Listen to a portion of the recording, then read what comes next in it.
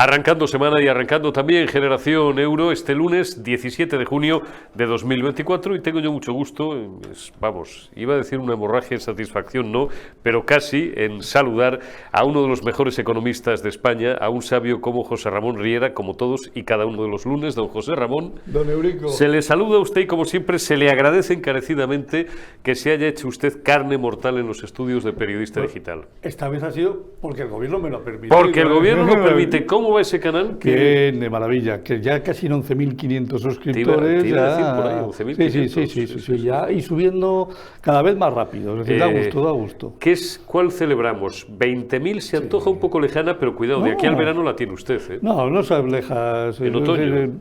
Sí, a la vuelta de vacaciones a la vuelta. Estamos en 20.000 casi, y si no nos faltará muy poquito, pues, y ahí lo vamos a celebrar. Ese día hay que tirar la casa por la ventana, ¿eh? Hay que poner una pequeña tarta con un 20.000 o con un 2.0, algo así. Sin duda. Y además con virales tiene usted vídeos que alcanzan las 40, las 50.000 visualizaciones. Pues hay uno incluso de 80.000. Hay uno de 80.000 en el que humildemente pues fui, me presté a ser copartícipe una extraordinaria entrevista que me hizo José Ramón Riera, es verdad, sí, acerca de la política, del figura, del gobierno que padecemos, etcétera, etcétera. Un gobierno que nos está arrastrando, Riera, a la bancarrota. Hoy, otros días hemos hablado de otros organismos, hoy vamos a hablar de la seguridad social. Sí. Llevamos deglutidos 28.000 millones en lo que va de llevamos año. 8.000 en el primer trimestre. Ajá. ¿De acuerdo? Es decir, lo cual quiere decir que llevamos un déficit real de 8.000 millones de euros. Ajá. Debido a que hemos tenido que mandar 8.000 precisamente para que las cuentas se equilibrasen. Ajá. ¿Y esto qué quiere decir? Que si con los ingresos que tenemos hemos generado 8.000, y con los gastos que tenemos que van creciendo, como mínimo vamos a generar otros 8.000 en el segundo trimestre, pero claro, es que hay un efecto pernicioso en el mes de junio, y es que hay paga extra para los pensionistas. Sí, señor. Son 12.000 millones. 12.000 millones. Entonces, claro, si generamos 8.000 en el primero, quiere decir que en el segundo vamos a generar los 8.000 más los 12.000 de la paga extra. Ajá. Es decir, con lo cual estamos en 20.000 en el segundo trimestre. Claro, 20.000 más 8.000, 28.000. Multiplicado por 2 significa 56.000 millones. Anualizando el dato, 56.000 millones. Como mínimo. Pero la paradoja viene a partir de aquí. ¿Cómo es posible que, sabiendo que vamos a necesitar se va a generar 56.000 millones de déficit real y que la única forma que tenemos de paliarlo es con transferencias y traspasos monetarios desde el Ministerio de Hacienda a la Seguridad Social para que no colapse? O sea, con 56.000 millones, ¿cómo le mandamos a Europa un plan de hacer 45.000 millones de déficit este año? ¿Y cómo se lo mandamos? Porque la señora Montero es a la bailarina tal... Sí, a ver, danos plano, Omar, mira, Montero. Chiqui, Montero. ¿Cómo le dijo a Tellado? Le dijo esto a Tellado. Esta paisana, esta verdulera es la ministra de Hacienda. Sí, efectivamente. Entonces, claro, una mujer que hace este tipo de cosas, que tiene poco conocimiento de las finanzas públicas. Ella puede ser doctora y cada vez que se han culpado de finanzas públicas, es decir, como lo hizo en Andalucía. En Andalucía, bueno, el desastre fue... El caso Isofotón, el desastre y el ladronicio y el robo institucionalizado. Entonces fue absolutamente lamentable. Entonces, claro, ella ha mandado para cubrir el expediente, porque en el fondo lo que hemos hecho ha sido decir que vamos a hacer el 3%, ni más ni menos. ¿Cuánto es el 3% de 1.546.000 millones que dicen que va a ser el PIB nominal? ¿El 3%? 30 y 45.000. 45.000, bueno, claro, es 1,5 millones, perdón, 1.600.000. Si no llega, 1.540.000. Pues 45.000 y pico millones, 45.000 millones en definitiva. Y le decimos 45.000 millones de déficit y sabemos que la Seguridad Social nos va a meter un palo de 56.000 millones. Sí. Eso ya, es decir, se ponga como se ponga. Ese dinero tiene que ir vía transferencias lineales, como dice usted, directas. Corrientes, sí. Es decir, bueno, en la contabilidad desde nacional, el Ministerio de Hacienda. ¿Es claro. ¿En contabilidad nacional cómo se refleja? Vamos a ver, eso se llama transferencias corrientes, ¿vale? Es transferencias corrientes. Sí, es decir, yo paso de las cuentas corrientes de una cuenta a la otra. Es decir, bueno, como luego consolido, Claro. Es decir, me da lo mismo. Es neutro. Es neutro. Bien. Entonces, claro, pero son 56.000 Bien, millones. pero ese dinero habrá que detraerlo de algún otro sitio. No, se me está generando un déficit directo, vale, claro. vale. Claro, es decir, Claro. yo, es decir, la contabilidad nacional, es decir, como toda la contabilidad de cualquier empresa, tiene es decir, entradas y salidas. Bien, bueno, pues en las entradas, es decir, o gastos, y me da lo mismo. Es decir, yo tengo un gasto, es decir, que o lo contabilizo en la seguridad social o lo contabilizo en el total, pero tengo un gasto extra de 56.000 millones, con lo cual estoy generando un déficit de 56.000 millones. Para paliar eso, ¿qué tendría que hacer? Que el resto de la Administración General del Estado generase un superávit de 9.000 millones. Y con perdón. No, sin perdón, está con usted perdón. aquí en su casa, nos oyen con perdón. nuestros amigos. Eso es imposible. Eso es imposible, pero si creí ya que iba a decir sabemos. usted Sí, cualquier cosa. sí. Bueno, prefiero desearlo para luego, Esto que es se hace imposible. para el final. Para que así nos aguanten hasta el final los espectadores, No, a ver no. si digo la barbaridad que en algún momento se me ocurrirá. Sí, el gran problema está en que el Estado, per se, sin contar a la seguridad social, ya genera sus 30.000 millones, casi 40.000 millones. Las comunidades autónomas, entre ellas solas, al ritmo que van este año, van a generar 20.000 millones. Es que el gran problema es que o solo hacemos una cosa, trampas. Claro.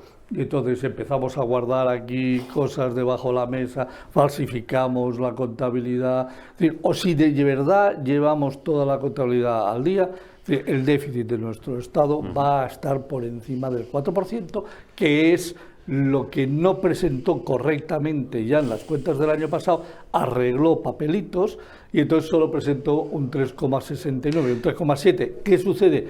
Hoy arrastras. Sí, claro. Hoy te estás trayendo. Y haces la bola a más seguir. gorda. Claro, entonces, ¿qué puede ser? Que lleguemos a diciembre y en lugar de guardarse 10.000, 11.000 millones como se guardó el año pasado, tenga que guardarse 40.000. Pero claro, guardarte 40.000 significa empezar el año 2025 con 40.000 pendientes de contabilizar. Y esto es el gran problema que ya cometió Zapatero. Zapatero ya la hizo. Sí, y la hizo y nos encontramos con casi 3,5 puntos posteriormente de déficit que no se había contabilizado, que Eurostat, cuando llegó a hacer el análisis de cuentas, le dijo, no, sí, ustedes tienen que contabilizar todo esto. Y esto lo hizo Eurostat a petición del gobierno de Mariano Rajoy, que dijo, oiga, mire la que tengo aquí montada. Ajá. Y Eurostat certificó que eso era correcto y cierto. Claro, pero ¿quién lo paga?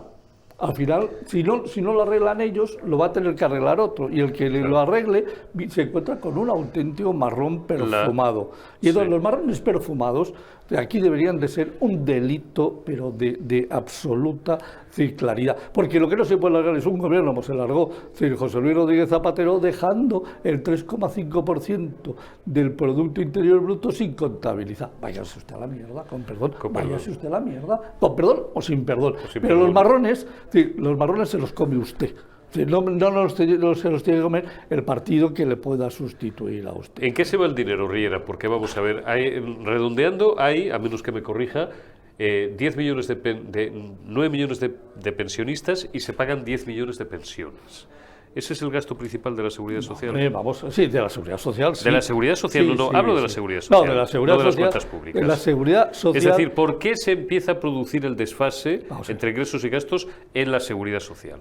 Vamos a ver, porque son tan brutos que cada vez le meten más gastos a la Seguridad Social. Por ejemplo, la Seguridad Social debería solo pagar pensiones contributivas. Claro. Solo pensiones contributivas, que 12 por 14 pues son 160.000, casi 170.000 millones. Pero paga las no contributivas también, 2.000 millones. ¿Por qué razón? Pues porque es un tema histórico que no se quiere llevar determinadas cosas a los presupuestos. Y ya los sí, los anteriores, sí. Pero cuando los anteriores el déficit era, digamos, menos significativo, pues tenían menos problemas. Ajá. Nunca, o sea, desde que está este señor, hemos tenido que empezar a incrementar de unos 14, 15.000 millones que mandaba al año el gobierno de Rajoy a los 55.000 millones que va a haber que mandar este año. Increciendo. Llega el ingreso mínimo vital, 4.900 millones este año. Toma por saco, que lo pague la Seguridad Social. Oiga, no, llévese usted a presupuestos generales del Estado. Sí, pero El tema es saber las cuentas reales de la seguridad social, porque hoy las cuentas reales de la seguridad social están infladas. Están infladas por el ingreso mínimo vital, por las pensiones no contributivas, están infladas por la incapacidad laboral. Lo paga la Seguridad Social. Oiga, que lo pague el trabajo, que no lo pague la Seguridad Social. Yeah. Que se vaya, pero no. Cuando acometamos de verdad una reorganización seria, profesional y bien pensada, el organismo de la Seguridad Social tiene que ser un organismo que recoge los ingresos de las cotizaciones sociales que van dedicados para las pensiones. Los que van dedicados para el desempleo se mandan a desempleo, los que van dedicados a formación se mandan a formación, los que van dedicados a no sé qué se mandan a no sé dónde. Pero los que van para pensiones, que es el mayor porcentaje de las cotizaciones sociales, van como ingresos de la Seguridad Social. Y los gastos son las prestaciones sociales que corresponden a las jubilaciones, a las pensiones contributivas, que son las que han contribuido con sus aportaciones, las personales y las empresariales para la jubilación posterior. ¿Cuándo cambiamos el sistema de reparto a capitalización, Riera? Cuando se pongan de acuerdo. Te ha sorprendido, ¿eh? Cuando se pongan de acuerdo. O sea, esto no es una decisión de un gobierno de para el ejercicio siguiente. No, de una forma unilateral. Hay que hacer un pacto de Estado. Claro, es lo que llevo abogando desde hace 3 años. Oiga, siéntense. Claro, ¿cómo se van a sentar? Si no se hablan para arreglar. Si no se hablan entre el gobierno de coalición, además, ahora que se ha ido Loro Parque, ¿ya qué hacemos? Estamos huérfanos. Ha dejado ahí a cuatro don nadies. Barbie Tenacillas va a seguir ahí sentadita. Ha dimitido para no dimitir. Otra dimisión fake. Hay unos escriben cartas, otras dimiten y no saben ni dimitir. Riera, te voy a hacer una pregunta que no te han hecho nunca, por lo menos en los últimos años. Ahí está. Dale. Oye, ¿hay alguna institución, organismo público, ministerio que sea superavitario? ¿Que sea? Superavitario. Término que nos encanta castellano. Ustedes están hasta las narices de escuchar deficitario, superavitario. Pedro, repite conmigo. Chiqui, repite conmigo. Superavitario. Es decir, que ingrese más de lo que gasta, coño. Vamos a ver. O que gaste menos de lo que ingrese, mejor Voy a hacer un Diógenes. Dame la lamparita que voy a buscar a ver si encuentro un hombre. No existe. Es decir, no hay. ¿Cómo va a haber? Con el socialismo, ¿cómo va a haber? ¿Cómo va a haber? Desde el 2002-2003 no damos superávit en las cuentas públicas consolidadas. Nunca. Alemania lo ha dado en los últimos 20 años 6, 7 u 8 veces. Nosotros nunca. En este siglo, una vez. Hombre, por favor. Superávit. Pero esa palabra existe en el diccionario. Sí. No, el socialismo la borró. Esta gente lo aplica. Tú, alguna vez hemos recordado la frase, ¿te acuerdas? Una de las frases míticas de Zapatero a Pedro Solbes. ¿Cuándo fue? En el 2007, me parece, ¿no? En el 2007, ¿no? Antes del gran estallido y de que Elena Salgado llorara en aquel hotel de Bruselas aquella noche aciaga de un fin de semana de mayo. Pedro, no me jodas que... Perdón, era literal. Pedro, no me jodas a Solbes que no hay dinero para hacer política. Y Solbes, que era un funcionario muy disciplinado, Dios le tenga en su gloria, pues agacharía las orejas como el conejo y diría, lo que tú digas, jefe. Vamos a ver, siempre hay dinero para hacer política, siempre. Y si no lo hay, se inventa. El dinero son apuntes es fiduciario, son apuntes en cuenta. Todos los meses, desde que está Pedro Sánchez en este gobierno, todos los meses, de media, en los 71 meses que lleva, se ha tenido que endeudar en 6.600 millones de euros. ¿Qué son 6.600 millones de euros? Es la mitad de la facturación de un año de Telefónica. La mitad de la facturación de una empresón como Telefónica, la mitad es en la deuda de todos los meses. Es decir, con la facturación de Telefónica en España, se la quito y pago 2 meses de deuda. 71 meses lleva al frente del gobierno. Pues multiplica 71 por 6.600 y sabrás lo que nos ha endeudado este tipo. No sabe lo que es el superavitario ni el superávit. Y por lo tanto lo que hay que hacer es que este tipo se marche cuanto antes. por motivos económicos es lo que estoy contando. Por motivos políticos ya no te quiero ni contar si hay razones. La de Begoña, la de David, la de la madre que la parió, la del padre, la del suegro. Anda que no hay motivos para que se largue. Pero, y sobre todo, además, su doctorado, que ya con eso ya tendría que haber salido como salió un ministro en Alemania. Sí, señor. Así que ese es el problema. Nuestro problema son que cada mes nos gastamos de más la mitad de los ingresos de Telefónica. Don José Ramón Riera, un gusto como siempre el pasar el examen a las cuentas de este gobierno, a las cuentas y a los cuentos de este gobierno. Cuídese mucho. Un auténtico placer. Y hasta el lunes que viene. Y continuamos aquí en Generación Euro. Continuamos, Generación Euro, dejamos ya al maestro José Ramón Riera y nos vamos con mi buen amigo y compañero Borja García, excepcional periodista político y económico y que nos acompaña todas las semanas también en Generación Euro y en La Retaguardia. Borja, ¿cómo estás? Feliz lunes y feliz semana. Pues encantado, como siempre, de estar con todos vosotros.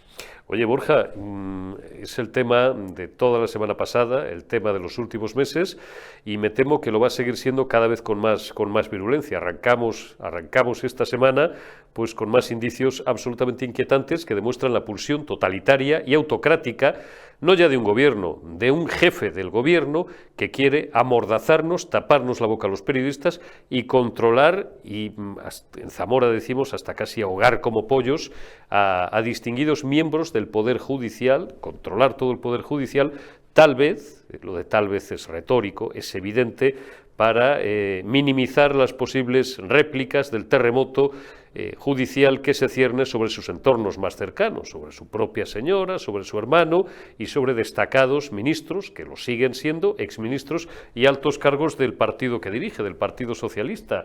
¿Vamos camino a Venezuela o tenemos alguna esperanza, Borja?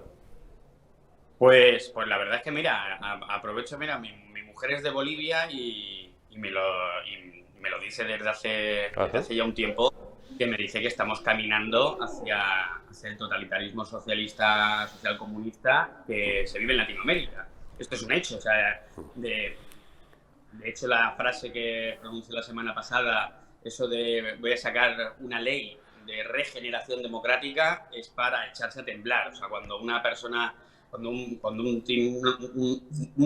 dictadorzuelo empieza a apropiarse de la palabra democracia, es que todo va a ir a peor. O sea, la labor de los medios de comunicación es fiscalizar al gobierno, no el gobierno fiscalizar a los medios de comunicación. O sea, se supone que el periodismo y que los medios son el cuarto poder, son esa barrera frente al autoritarismo y al totalitarismo. Entonces, estamos en un momento crucial, en un momento muy peligroso, en un momento en el que creo que está haciendo esta salida hacia adelante porque se está viendo completamente arrinconado, y entonces ha decidido dar un paso al frente. Cada vez que hay elecciones en España, el Partido Socialista pierde poder. Cada vez que hay elecciones en España es más difícil hacer esos malabarismos para mantenerse en la Moncloa, y entonces no está dispuesto a dejar la Moncloa, y entonces tiene prácticas totalitarias como la que acaba de decir. O sea, imagínense que los medios no puedan fiscalizar la labor del gobierno. Imagínense que los medios están atados de pies y manos, por ejemplo, para sacar informaciones como que su hermano, que tiene un sueldo de 55.000 euros, posee 1,4 millones de euros en acciones del BBV, un patrimonio de más de 2 millones de euros, que encima no tributa en España para ahorrarse impuestos, cuando en España se supone, y según lo que dice la izquierda, en España se pagan muy pocos impuestos. Bueno, pues su hermano ha huido de esta presión fiscal que por desgracia sufrimos todos. No solamente se queda aquí la cosa, no solamente va por los medios, como bien ha señalado Eurico, también va por los jueces. Tenemos ahí al fiscal general del Estado, que por un lado da órdenes directas por WhatsApp, esto es para hacérselo mirar, para que vayan y publiquen informaciones del novio de Ayuso, porque en la declaración había declarado unas cosas y era una falta grave. Y por otro lado, manda una carta a los jueces para que apliquen una ley para amnistiar a verdaderos delincuentes que han malversado, que han utilizado dinero público para sus fines, que han escapado de la justicia, que han dado un golpe de Estado y que ahora, como necesita esos votos para mantenerse en la Moncloa, que es su único objetivo, pues decide usar a la Fiscalía en su propio beneficio. Luego ya lo último es decir que los jueces no deben ser los que elijan a los jueces, sino que ya debe ser él.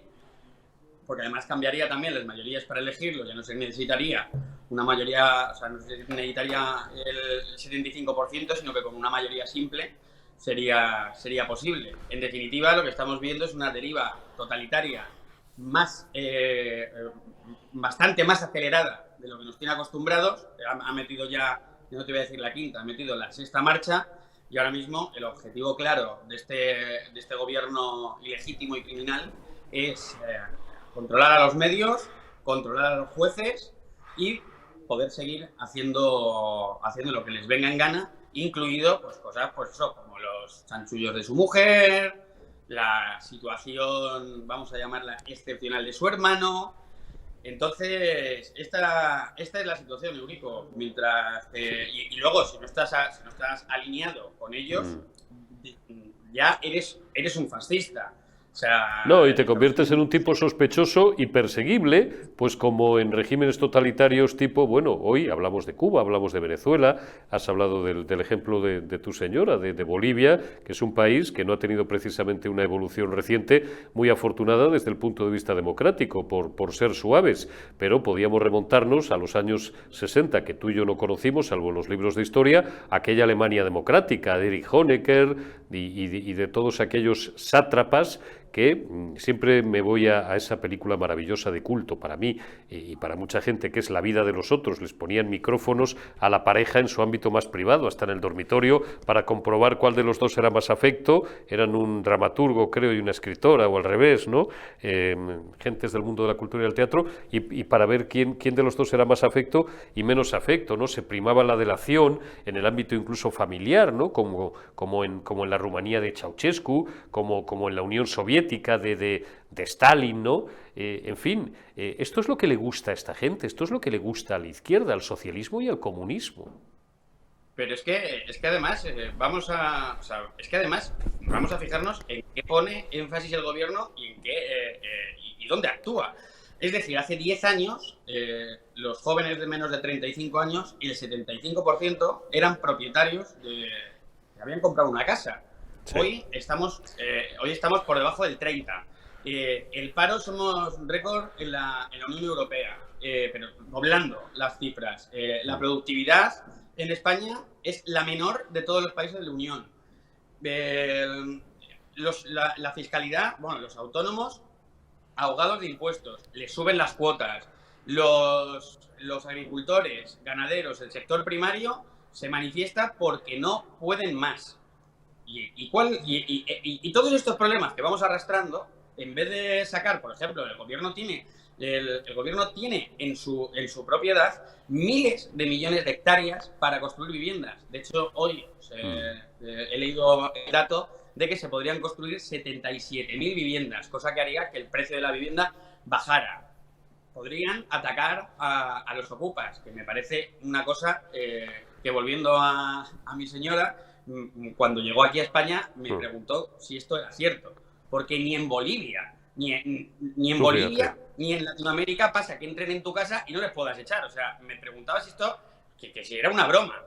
Entonces, en vez de atacar estos problemas que de verdad afectan a la vida de las personas y que de verdad están destrozando familias enteras, en vez de atacar los problemas que de verdad afectan a los trabajadores, a los agricultores, a los sectores de los que depende la calidad de vida de este país, pues lo que busca este gobierno es controlar los medios de comunicación y controlar los jueces. Entonces, si ya la pena es que nos damos cuenta que cada vez que hay unas elecciones, el Partido Socialista no baja del 30% de los votos. Y a mí eso me parece muy triste porque hay un suelo que parece ajeno a todas las tropelías que hace este gobierno. Y su único argumentario es que los contrarios son fascistas. Sin embargo, pactar con los herederos de ETA eso no es fascismo. Pactar con los golpistas no es fascismo. Y amnistiar a malversadores, amnistiar a la Kale Borroka de Cataluña que ha dejado secuelas en policías que no han podido volver a sus trabajos porque vamos, o sea, les han destrozado la vida. A esos, pues tampoco es fascismo. Que tu hermano tenga con un sueldo más o menos normal un patrimonio de 2 millones de euros, tampoco, si lo denuncias, eres fascista. Si denuncias los chanchullos de su mujer, también eres fascista. Es decir, es que ya hemos llegado a un momento en el que tú empiezas a ver los discursos de Maduro, de Chávez y ver los de Pedro Sánchez, y la verdad es que da miedo. Da auténtico miedo. Borja, tú eres un excelente, o a mí me lo parece, analista de escenarios, del tablero político, con sus distintas posibilidades. ¿No? Y te digo por qué te lo digo. Tú recuerdas cómo hace algunas semanas, en otro contexto, planteábamos también un escenario. Es difícil, me decían en el formato político del pasado viernes en la retaguardia, Mario Garcés y Diego Armario, ponerse un poco en la cabeza de Pedro Sánchez, atisbar un poco cuál puede ser su siguiente jugada, porque es verdad que para algunas cosas sigue patrones, pero para otras no es que improvise, no es que él va barajando las cartas en función de la coyuntura. Y hombre, las cosas como son. Es cierto que de momento no le ha salido mal, lleva ya 6 años amarrado como el percebe a la roca, pero acabas de señalar algo que, en mi opinión, es medular y en la de muchos. Tienen un suelo electoral, ahora mismo, hoy por hoy, de un 30%, que parece de cemento armado. Caiga lo que caiga, llueva, truene, granice o haga sol, o haya nubosidad variable, ¿no? En ese contexto, ¿podría serle de utilidad el planteamiento, antes de que llueva más, o de que se le terminen de tornar lanzas las cañas a su señora, a su hermano y a toda la gente, altos cargos que le han acompañado en los últimos años judicialmente, ¿le podría interesar plantear elecciones generales en otoño? Te lo digo porque esa teoría se está escuchando mucho en los últimos días. Yo es que creo que Pedro Sánchez tiene miedo porque ese suelo del que estamos hablando y del que realmente a mí me aterra, creo que tiene miedo de que pueda perderlo. O sea, sí. Es decir, llegará un momento en que tanto hablar de feminismo, ya, pero es que habéis borrado a las mujeres, ya no sabéis ni definir lo que es una mujer. Claro. Habléis de feminismo, pero es que las violaciones suben. Es que soltáis violadores. Entonces yo creo que si empiezas a... Es que es el peor gobierno de la historia de España con diferencia. O sea, es que no se puede tener menos valores, menos honor, menos palabra. Él habla de la máquina del fango y de los bulos. Pero señor, pero si es que usted decía que la amnistía era anticonstitucional y de repente por arte de magia hace chas y parece que es la panacea que nos ha vuelto a hermanar con los catalanes. O sea, es que tiene tal falta de principios que la verdad es que es muy difícil aventurar los pasos de Pedro Sánchez, porque es muy difícil empatizar con un psicópata. Entonces, cuando ves que no se rige por ninguna regla, ni, vamos, ya no moral, sino escrita, su palabra puede cambiar en cualquier momento, y hay una masa de votantes que dicen, hombre, es que se puede cambiar de opinión. Bueno, hombre, es que claro, es que si tú cambias de opinión, que es que no cambió de opinión, es que ha mentido, dijo que iba a hacer una cosa, hizo la contraria. Eso es mentir, no es cambiar de opinión. Cambiar de opinión es razonar y vamos, es que yo creo que tengamos que explicar esto, me parece absurdo. Entonces, aventurar unas elecciones, pues yo creo que ahí tiene miedo. Tiene miedo, pero también es verdad que el equilibrio de este gobierno es muy pequeño, es muy sensible. Entonces puede ser una salida cuando ya los nacionalistas y sobre todo Puigdemont le arrinconen hasta el punto de que diga ya no puedo traspasar más líneas rojas. Hoy conocemos que los catalanes han pedido, como ellos dicen, tener la misma singularidad que la que tiene el País Vasco.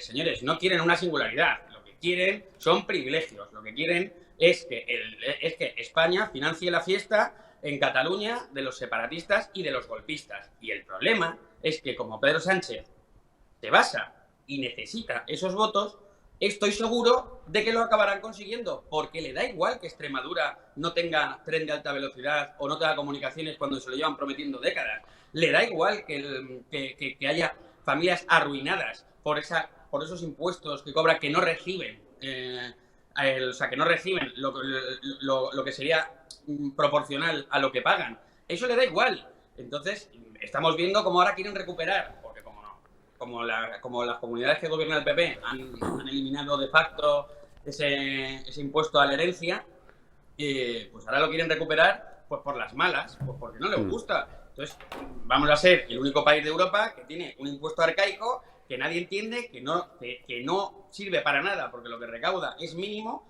y que encima lo que hace es destruir el ahorro de familias, y en el ahorro es en lo que se basa la inversión, la creación de empresas y el progreso. Entonces, como no se atiene a ningún tipo de regla, pues podemos esperar de todo. ¿Que haya elecciones? Pues sinceramente, si me planteas eso, mi corazón pide que por favor sea así, pero mi mente me dice que antes vendería... Bueno, no voy a decir a su madre porque creo que queda muy feo, pero vamos, que nos vendería España sin ninguna duda. Bueno, España ya la ha vendido hace mucho tiempo. Borja García, analista político y analista económico, como siempre, un placer el tenerte una semana más aquí en Periodista Digital, en La Retaguardia y en Generación Euro. Cuídate mucho y a ver qué va dando de sí esta semana. Te envío un abrazo, Borja. Un abrazo enorme. Un abrazo grande. Gracias a todos vosotros. Ahora sí, rematamos esta primera Generación Euro de la semana. Mañana, que será esta Generación Euro que estáis viendo el lunes 17. No creéis que esto es fácil, ¿eh? Son muchos formatos al día. Mañana será martes 18. Habrá más y estaremos aquí. Cuidaos y hasta mañana.